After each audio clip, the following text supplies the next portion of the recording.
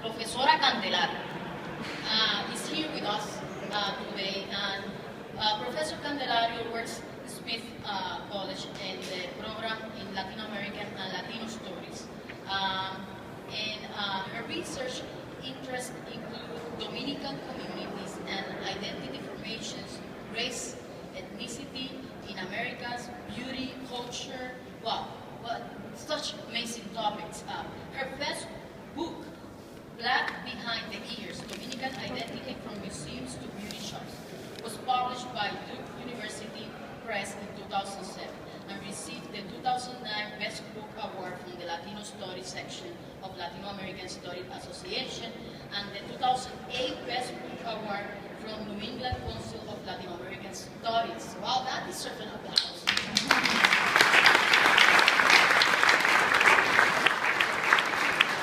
En Spanish, el negro tras la oreja, identidad dominicana desde el museo hasta el salón. Señoras y señores, con ustedes, Ginetta Calderón.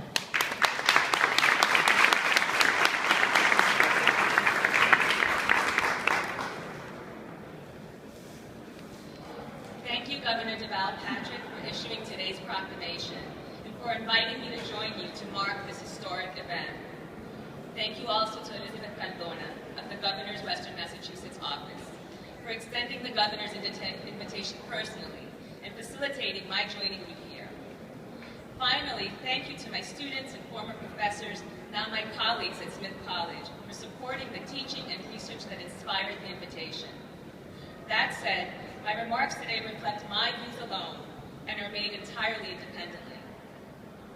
As the Governor's press announcement noted, Hispanic Heritage Month falls between mid-September and mid-October in recognition of the fact that 521 years ago this month, Christopher Columbus's first of 4 expeditions arrived in the Americas on October 12, 1942.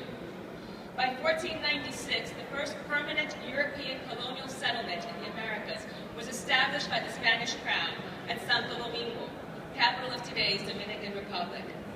And beginning 200 years ago, largely in the months of September and October, wars of independence began in Spanish America in the 1810s and culminated in the establishment of 20 Latin American and Hispanic Caribbean nation-states and the incorporation of Puerto Rico as a U.S. territory by the turn of the 19th century. Simply stated, Latinos in the United States form part of a 500-year legacy that has shaped this nation. On a more personal note, Hispanic Heritage Celebration note, 53 years ago next Thursday, on October 10, 1960, my mother, Elena Candelario, arrived in the United States from Santo Domingo in the Dominican Republic. She met my father, an Italian immigrant in Brooklyn, New York, where I was born. And 30 years ago next March, I arrived at Smith College in Northampton, Massachusetts, as a 17-year-old Latina from West New York, New Jersey. A lot has changed for Latinos in Massachusetts since I arrived in 1984. Some things for the better, and some not. According to researchers at UMass Boston's Mauricio Gaston Institute, right now, the Commonwealth of Massachusetts is home to an estimated 718,000 Latinos. They represent about 1/10 of the state population, a smaller share than for whites, but greater than for blacks and Asian Americans.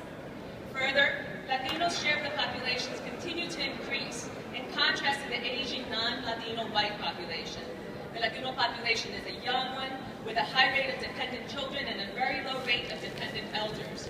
Its workforce composition remains stable.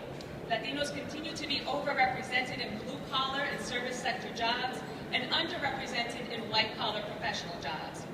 Across all occupational sectors, including white-collar jobs, Latino workers earn less on average than those of other ethno-racial groups. Latinos also lag in regard to private medical insurance coverage and home ownership. And owning a home is a tangible mechanism for prosperity in many families and communities, a foundation to securing the dream. At the same time, from Roxbury to Lowell, from Chelsea to Lawrence, from Worcester to Lynn, from Springfield to Greenfield, from Holyoke to Pittsfield, Latino economic and social entrepreneurship has steadily grown in response to these demographic shifts and challenges. Latino small businesses in Massachusetts often combine entrepreneurship and community support, economic development and political empowerment, cultural pride and civic engagement.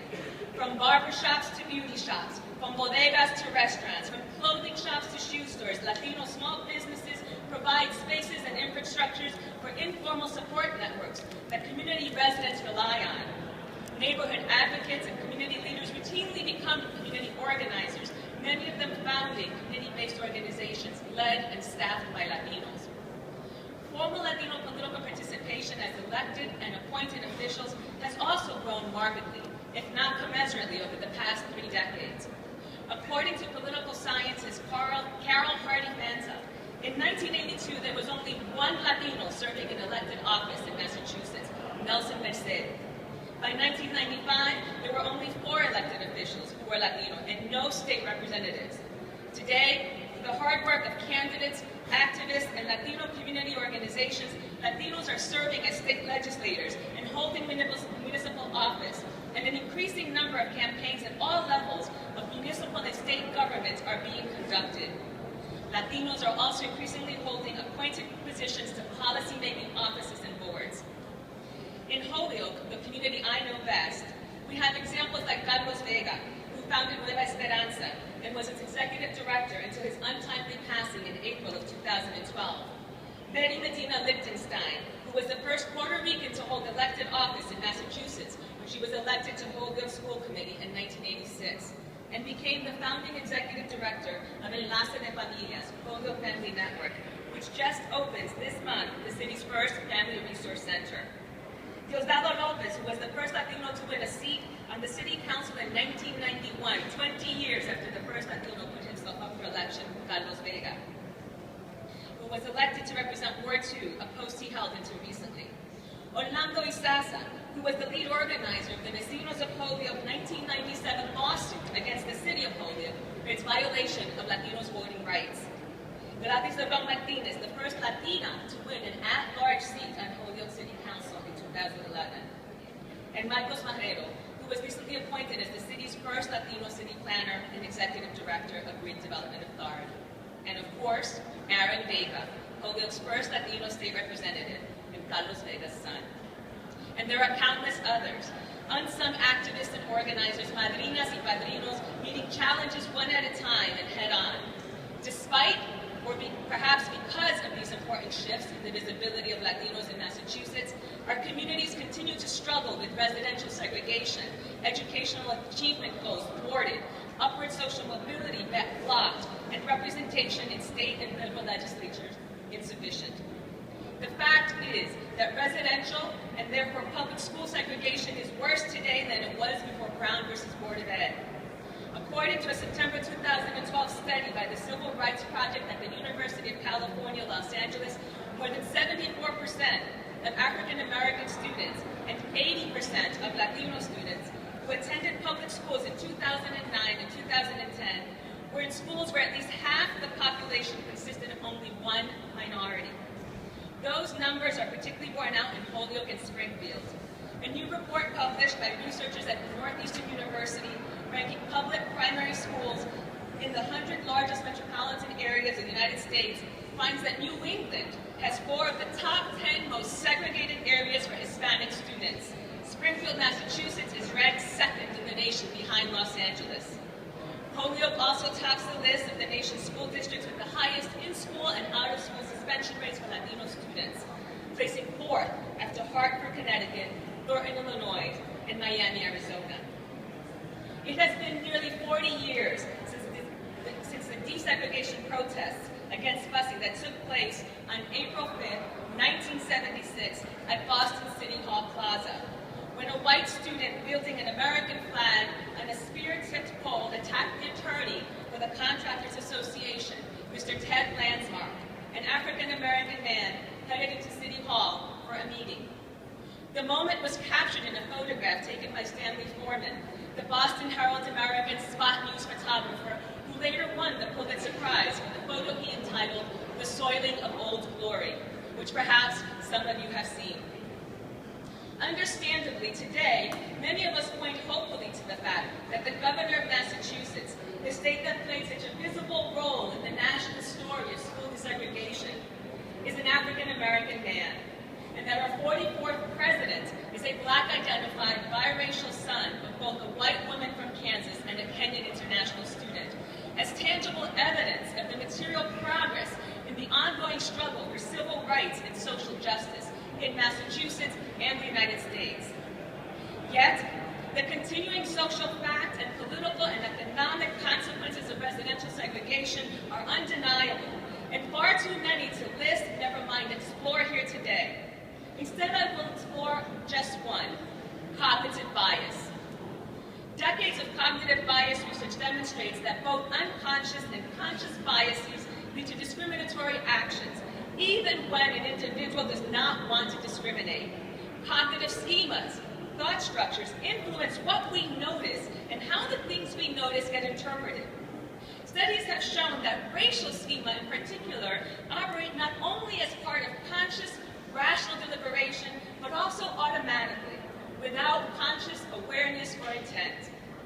That is, we, all of us, rely on a variety of distorted representation of others. Representations in the media, popular culture, folklore, common sense, and everyday talk to make sense of the world around us, more often than not without conscious awareness or intent, than with hateful purposefulness. Residential and school-based segregation, in other words, forecloses the possibility of the deep, sustained, routine, and everyday interactions with members of communities other than our own that foster familiarity, trust, and complex understanding of individuals and their communities. Put another way, you must walk uphill a mile in my high heels daily in order to understand and appreciate the pothole-ridden terrain that we navigate routinely. Since this is Red Sox Nation, I'd like to share with you a story of two baseball coaches. My son, who's here with me today, and who is Cuban, Dominican, and Italian, has played under this year that I think exemplify these pernicious effects of cognitive bias and how they can and must be overcome. To protect their privacy, let's call my son's coaches Coach July and Coach September. Coach July volunteers his time to a successful local league for high school-aged players. After every game, he sends an ESPN-style recap by email to all the players and their families. They're always a pleasure to read, as they evidence both the true love of the game and a deep understanding of the sport and of ball players, especially teenage ones. They're also quite often funny, fostering a sense of camaraderie by poking harmless fun at each player in turn. One day, after reviewing a particularly eventful game, Coach July closed his missive with the following uncharacteristically serious note, and I quote, "I cannot end this email without saying one last thing. Coaches, whether we like it or not, are mentors as well as people who simply teach baseball skills. I feel a responsibility to help each of you become better men as well as better baseball players. So I would be remiss if I did not bring this up. In our pre-game huddle tonight, I heard someone say words to the effect of, 'Let's get this nigger,'" end quote. That's pretty much an exact quote. The other team's pitcher is a fine young man who I believe is South Asian and not black, not that it really matters. I was pretty shocked to hear this, and quickly turned and saw 2 or 3 players with a look of surprise and disgust on their faces. I asked one if I had heard correctly, and understandably protective of his teammate, he said, "I don't know." I later asked someone else who would not say that my hearing was bad, but also would not tell me who said these offending words. I really don't need that anyway. I am 98% sure of who said it, and I am very disappointed. I don't think that anyone on this team hates brown-skinned people because of the color of their skin. Some people just engage their mouths before engaging their brains. Still, the use of this word is unacceptable and irresponsible. I have many African-American friends and have spent much of my life fighting against racism. I am very proud of this and very much offended by racist language, as are my co-coaches. The look on the face of at least 3 of the team members tells me that they too were offended and disappointed, to say the least, by the use of this word. We have at least 3 team members of this team who are of Hispanic heritage. I wonder whether anyone would have used a derogatory term for Hispanics if the opposing pitcher had been Latino. The person who spoke these words owes me and his teammates an apology. I am hoping he is man enough to do it." End quote. I was one of the many parents who replied to thank Coach July for his leadership and graceful handling of this incident. Eventually, the young man did apologize to his teammates, and the season continued. I felt proud of Coach July, and proud to have my son be a member of that team, because his coach issued a clear statement of the norms of respect for human dignity, and an ignorant child was gently but firmly taught that all players belong in this game, America's game. Just as importantly, Coach July's players learned firsthand a valuable lesson in ethics from a significant role model, how to intervene gracefully, yet unequivocally, in these everyday racist microaggressions and hate speech. Although the team did make it to championship playoffs that summer because of their excellent game record, to me, we were more truly champions because of how this incident was handled by Coach July. Now, in stark contrast to Coach July is Coach September, the coach of my son's fall traveling baseball team, which recently played at Holyoke Community College. At that game, another Latino, specifically a Puerto Rican parent, and I were speaking Spanish on the sidelines of the recent game, catching up. "Speak English, this is America," Coach September admonished us as he walked by. "Baseball is an American sport." To which I responded, "Perfected by the Latino players who dominate the game."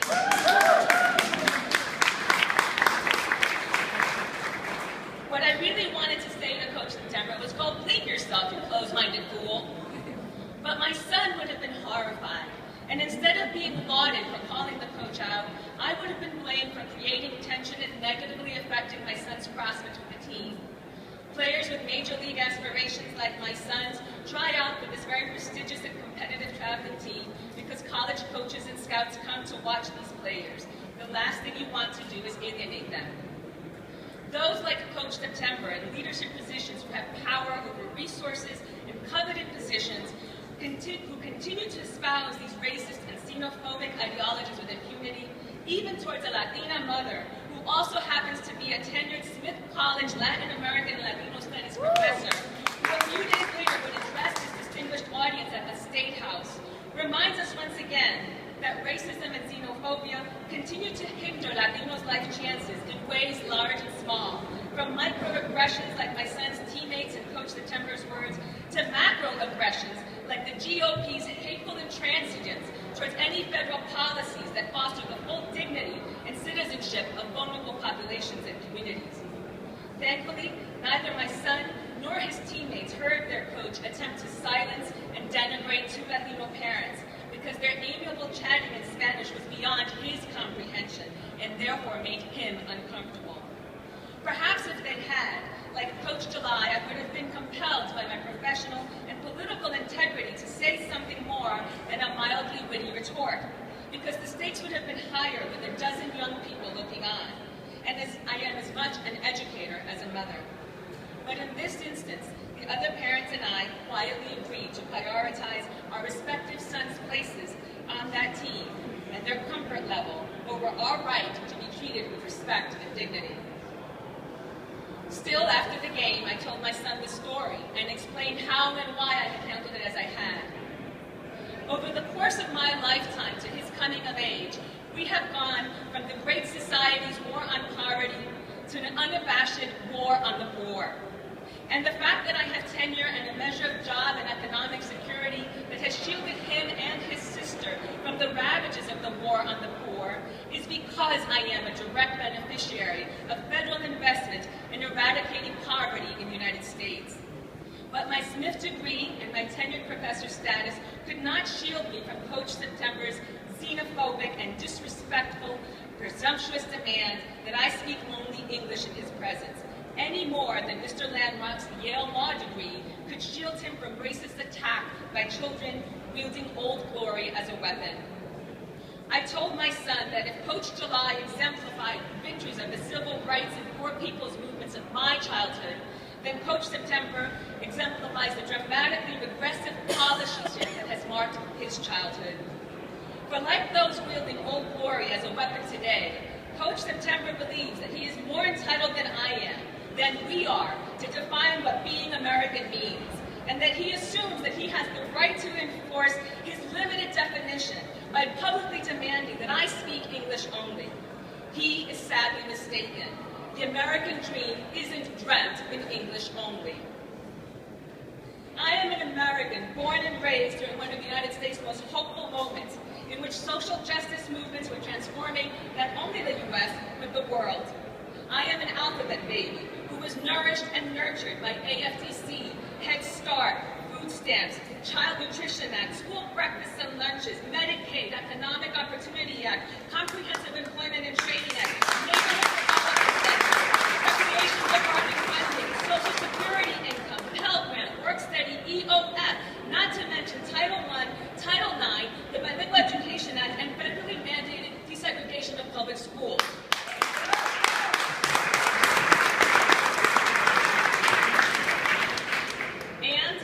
Ironically, given the leadership roles played by Cuban Americans in the GOP today, the same GOP that is insistent on choking off any public spending on health, education, and welfare for the poor, the working class, and the middle class, I am also a indirect beneficiary of the nearly $1 billion in federal funding invested in the Cuban refugee program to ensure Cuban exiles and immigrant cooperation in the United States, the largest federal investment in any single immigrant or exile group in U.S. history, because I grew up primarily in West New York, New Jersey, in the midst of a Cuban-American community.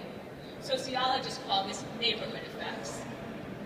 All of which is to say that it was not my family's private resources, no, my immigrant mother's very strong work values, incredible work ethic, untiring drive, and optimistic motivation that materially contributed to my upward social mobility and led me and my son to this state house today. It was the availability of extensive and intensive public and social investment in eradicating poverty by investing in health, education, and welfare, and by generously funding Cuban exile incorporation into the middle class over decades that helped my family realize its potential as human beings and as citizens of the United States. And so my son learned another lesson about life from his other baseball coach, Coach September, this one more painful for his mother, but I hope valuable for him. Because of my son and daughter, I feel that my most important task today is not simply celebrating Latino civic engagement, of which we have ample examples and direct experience in Holyoke and throughout the Commonwealth. Instead, my most important mission is to ask our elected state officials to be allies to the Latino communities.